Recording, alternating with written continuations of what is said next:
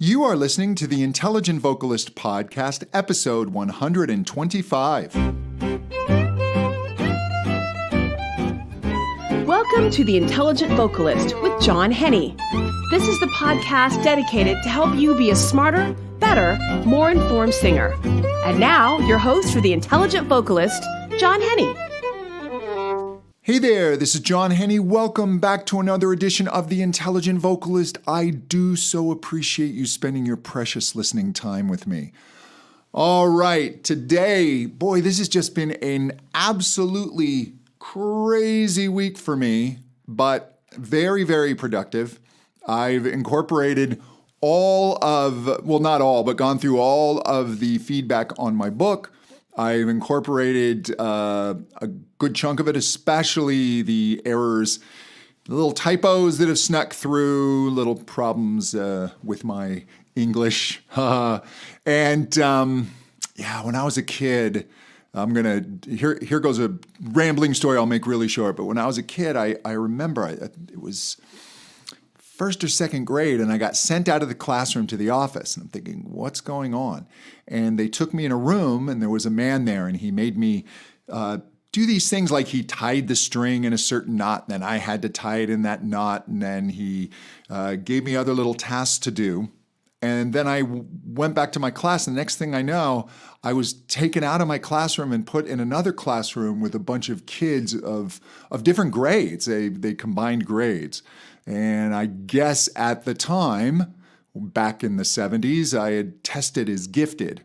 Unfortunately, at the time, they decided that creativity was far superior than the actual mechanics of writing. So I was encouraged just to be creative, but nobody ever stopped me to say, hey, John, you need a comma there, or that word should be capitalized, or you shouldn't end your sentence with a preposition. And splitting infinitives, I still don't even know what that is, but that was not my initial schooling. So my English, when I write, I do need people to come in and correct things. Although I am proud to say that I know the different versions of there, and there. So I don't confuse those. All right.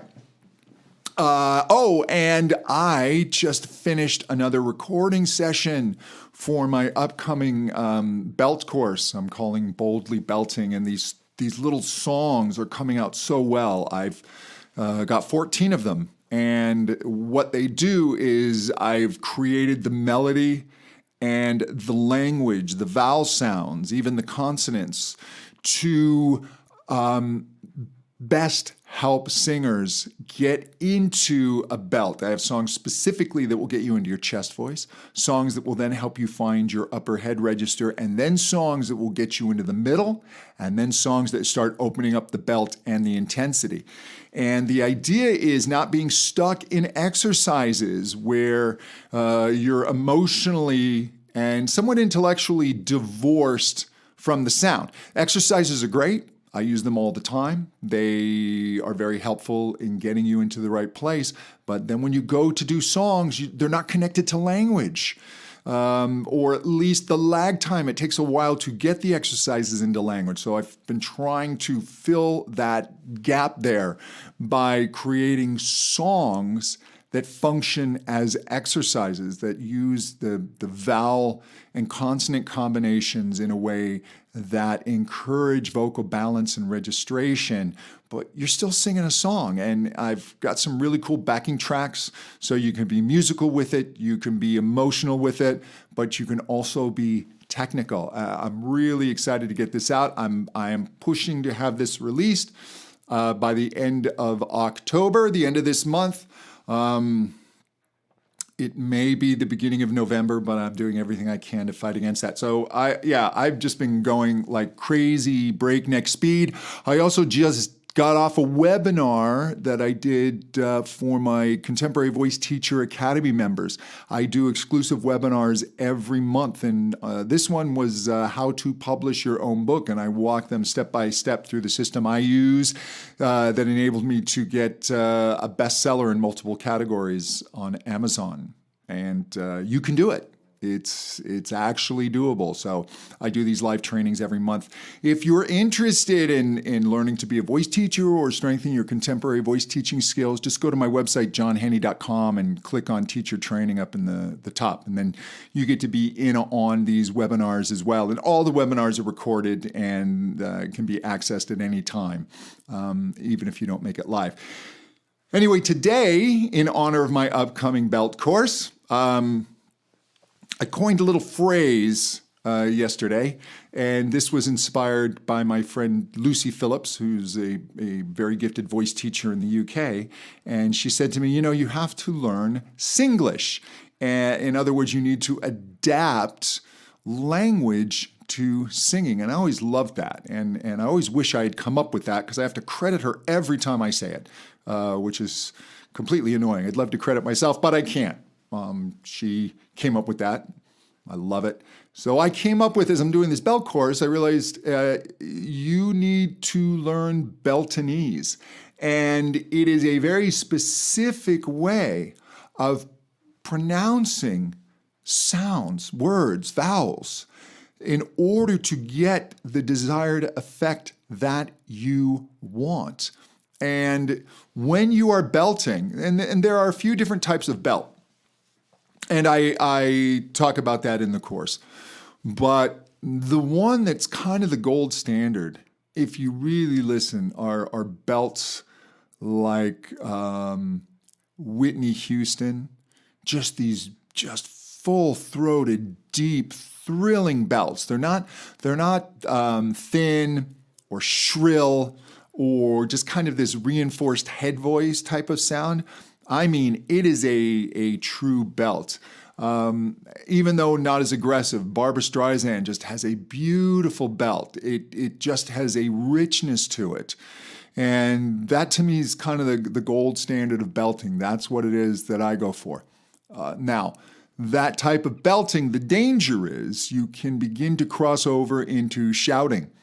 And if a vowel gets too open, what it will do is it will kick in impulses in the nervous system, and the vocal cords will begin to seize up, and you'll begin to slam them together, and you'll just start to lose control. And we've all felt that. You go for a note, and it just loads up, and you feel like you can't get out of it. All of a sudden, a 100-pound monkey has jumped on your back. Are monkeys 100 pounds? Maybe a chimpanzee.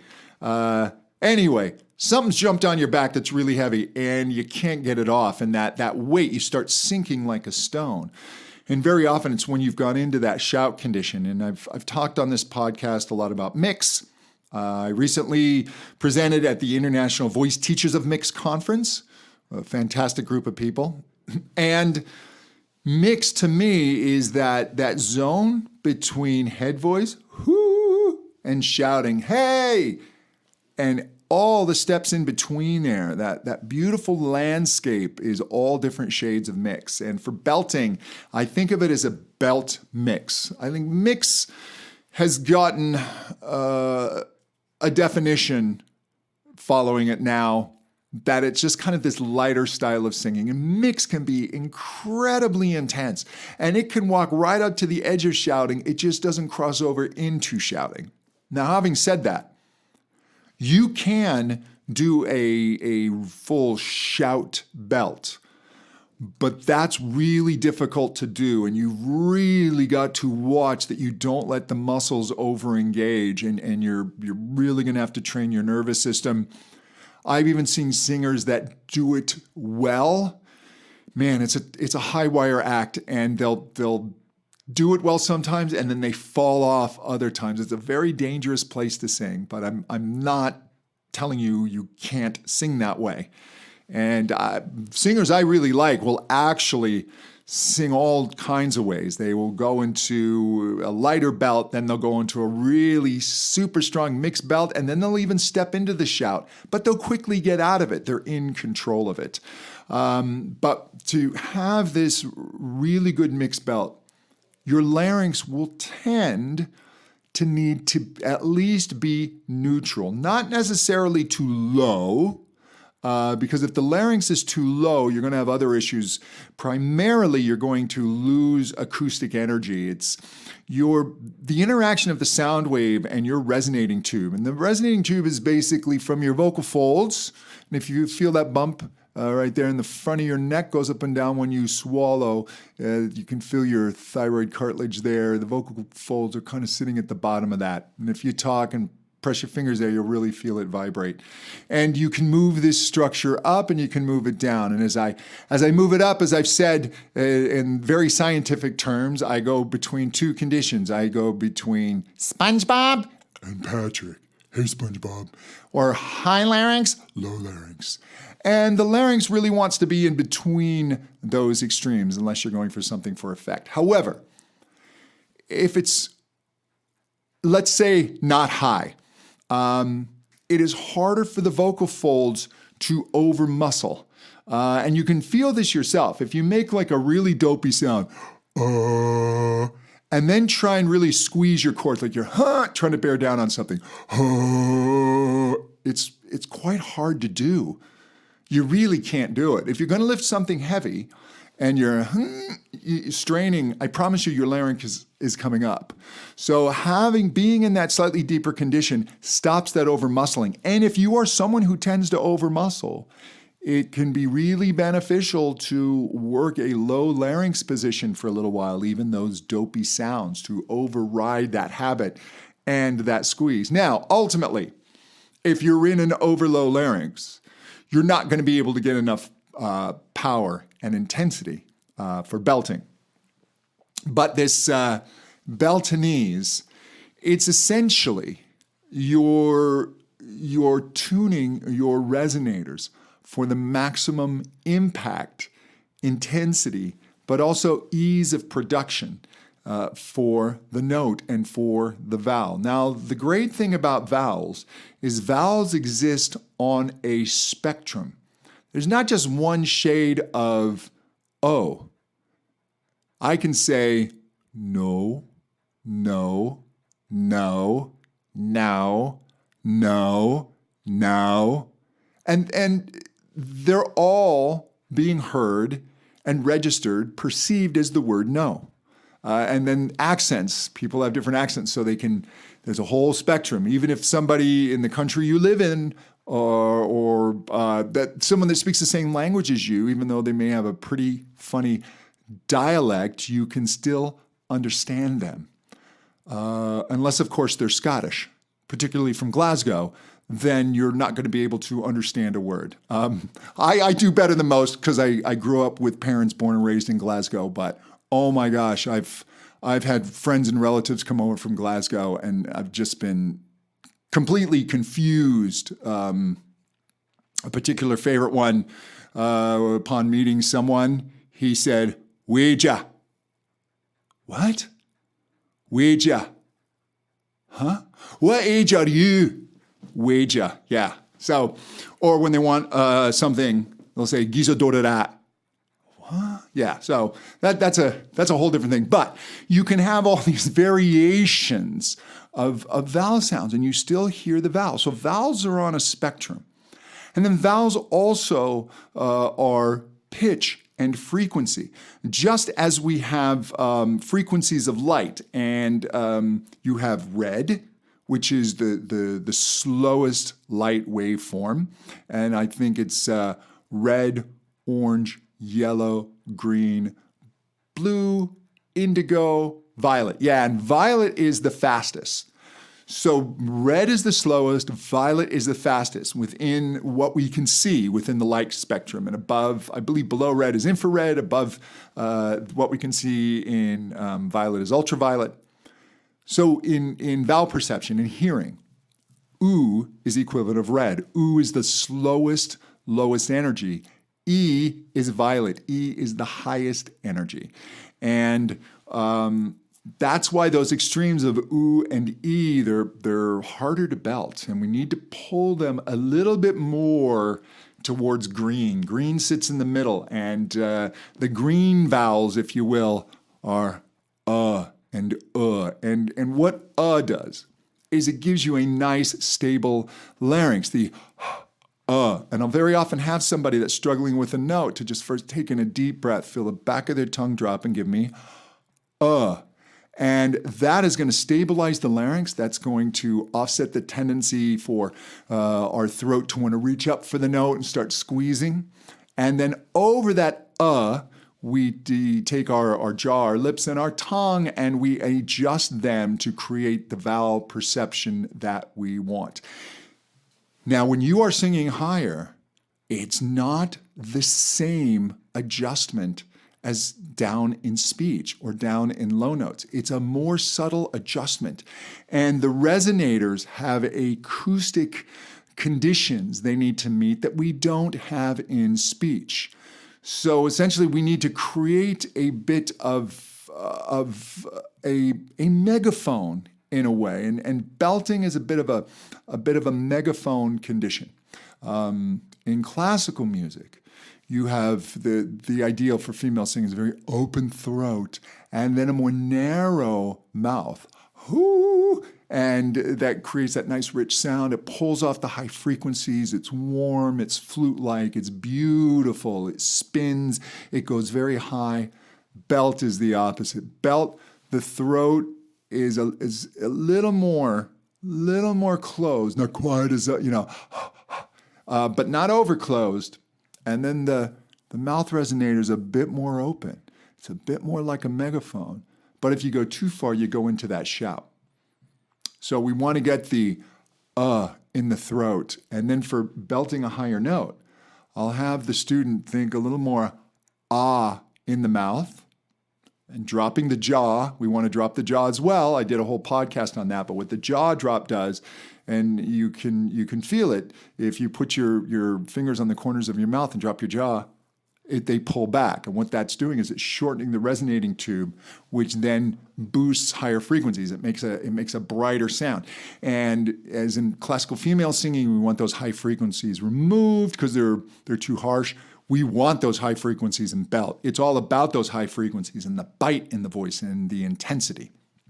And that also, that intensity feeds back to the vocal folds and it helps them resist the air better. It's just a whole magic thing that happens. But we're going to get the in the throat, the in the mouth, drop the jaw, and then we're going to adjust the lips and the tongue to get the vowel perception.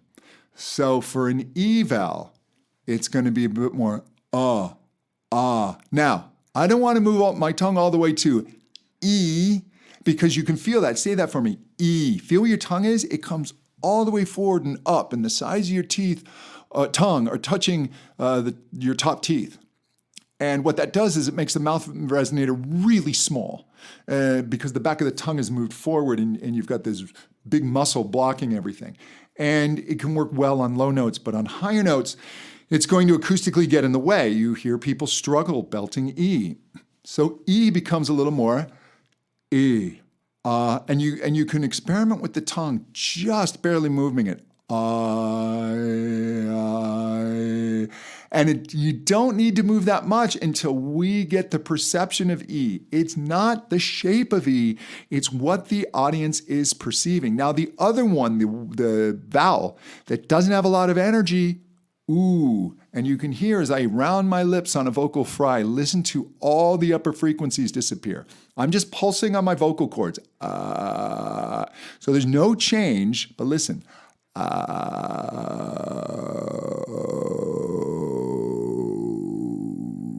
Sounds like the pitch drops. It's not dropping. What it's doing is just dialing out all the upper frequencies. So when you try and belt on a spoken ooh, you just get this choked, muffled sound. So ooh has to be more I know. You just need enough ooh to create the perception. If I'm trying to sing it's just going to squeeze. But if I get the I get a better ooh. I get more belt in that ooh. But you can still perceive ooh.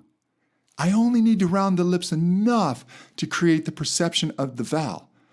Now, going back to this idea of BELTinese, if you take the lyrics of a song that you need to belt, what you want to do is think of taking everything towards an what's a big belt song everybody likes singing? Chandelier, the Sia song.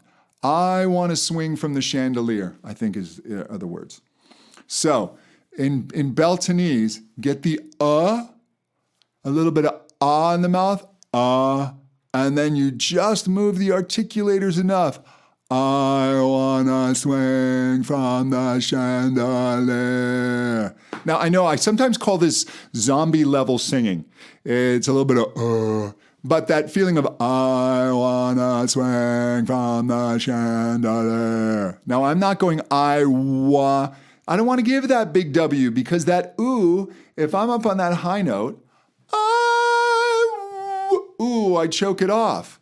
I just need just a little quick. Up on those high notes, all of these different vowels and consonants are going to knock us out of acoustic balance. So we have to just draw ourselves, keep pulling everything to the green. Pull the red and the violet to the green. And I wanna swing from the chandelier. I know, it sounds ridiculous. I don't even know how I would do a transcript of this podcast. I can just see the poor transcription person going, what do I do with that? So we'll have to figure that out. Although I do intend on going back to getting transcriptions of all these podcasts. But that very, very quickly is an approach to that very, very intense belt so that you can still give the language, but holding on to the acoustic requirements for the note, which is very different from the lower notes. Hey, if you want to know more about me, please visit my website, johnhenny.com, and be sure to get on my mailing list. Why would you want to be on my mailing list? I think it's better than a mealy list. And my email list is because, I'll tell you, I send out every time I have a new podcast. You'll be alerted, although it's great for you to subscribe as well. But also, when I have new products come out, I give, you would be the first to know. I give special discounts only to my list. The people who got to test read my book and read my book before anyone else were all from my list. So there are special things I do for my list members. I do like to show them my appreciation. If you want to check out my courses, go to my website, johnhenny.com. Just click on courses at the top. I have a free, absolutely free course on straw warm-ups. If you're not using a straw to warm up, you need to because it is all the rage. I just came back from that voice teacher conference and everybody's walking around with straws. So you need to get on that. And I give you a bunch of warm-ups. It's a free course. All you need to do is give your email address. If you don't want to be on my email list, you don't have to opt in. You'll still get the course, but feel free to jump on that. And I've got a mini belt course that's like the precursor to this full belt course available. It's only $17. It's called The Secrets of Belting. You can check that out as well. And until next time, to better singing. Thank you so much. Bye-bye.